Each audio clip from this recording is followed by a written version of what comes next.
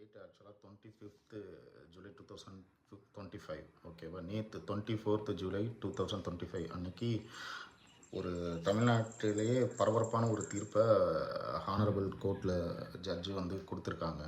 அது ரொம்ப வரவேற்கத்தக்க ஒரு தீர்ப்பு. நான் எதை பற்றி பேசுகிறேன் உங்களுக்கு புரிஞ்சிருக்கும். அதுதான் அபிராமி. எல்லோரும் பிரியாணி அபிராமின்னு சொல்லுவாங்கள்ல, அந்த கேஸ். அவங்க தன்னோட ஒரு அது சொல்ல கூச்சமாக இருக்குது, அற்பத்துக்காண்டி ஒரு சந்தோஷத்துக்காக தான் பெற்ற 2 பசங்களை கொஞ்சம் கூட யோசிக்காமல் ஈவு இறக்கமே இல்லாமல் பாலில் தூக்க மாத்திரையை கொடுத்து கொலை பண்ண அந்த கேஸ். அவங்களோட கள்ளக்காதல். அவர் பேர் பாருங்கள், மீனாட்சி சுந்தரம். என்ன பேர் பாருங்கள். அவர் கொடுத்த ஐடியாவில், அதாவது இது முன்னாடியே அபிராமியோட ஹஸ்பண்ட் விஜய் இருக்கார் பாருங்க, அவருக்கு முன்னாடியே இந்த விஷயம் தெரிய வந்திருக்கு. இதெல்லாம் நம்ம மீடியாவிலேருந்து கேதர் பண்ணது தான், ஓகேங்களா? முன்னாடியே தெரிய வந்தப்போ கொஞ்ச நாள் வந்து அவங்க வீட்டிலேருந்து வெளியே போயிருக்கிறாங்க. ஆனாலும் அந்த விஜய் தன்னோட பசங்களோட லைஃபு ஃப்யூச்சருக்காக அதாவது தான் ஒய்ஃப் வந்து கள்ளக்காதலோட போன பின்னாடியும் தேடி கண்டுபிடிச்சி திருப்பி வந்து அட்வைஸ்லாம் பண்ணி வீட்டில் இருக்க வச்சுருக்காரு. அவரோட மனசை பாருங்கள்.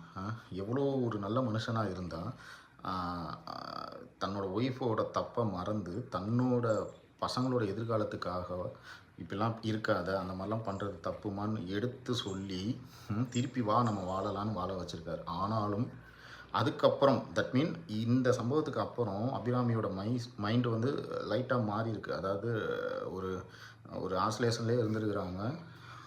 இது வந்து மீனாட்சி சுந்தரம், அதாவது அபிராமியோட கள்ளக்காதலன், அவனுக்கு வந்து இது கொஞ்சம் ஒரு சேஞ்சஸ் அபிராமிக்கிட்ட தெரியும்.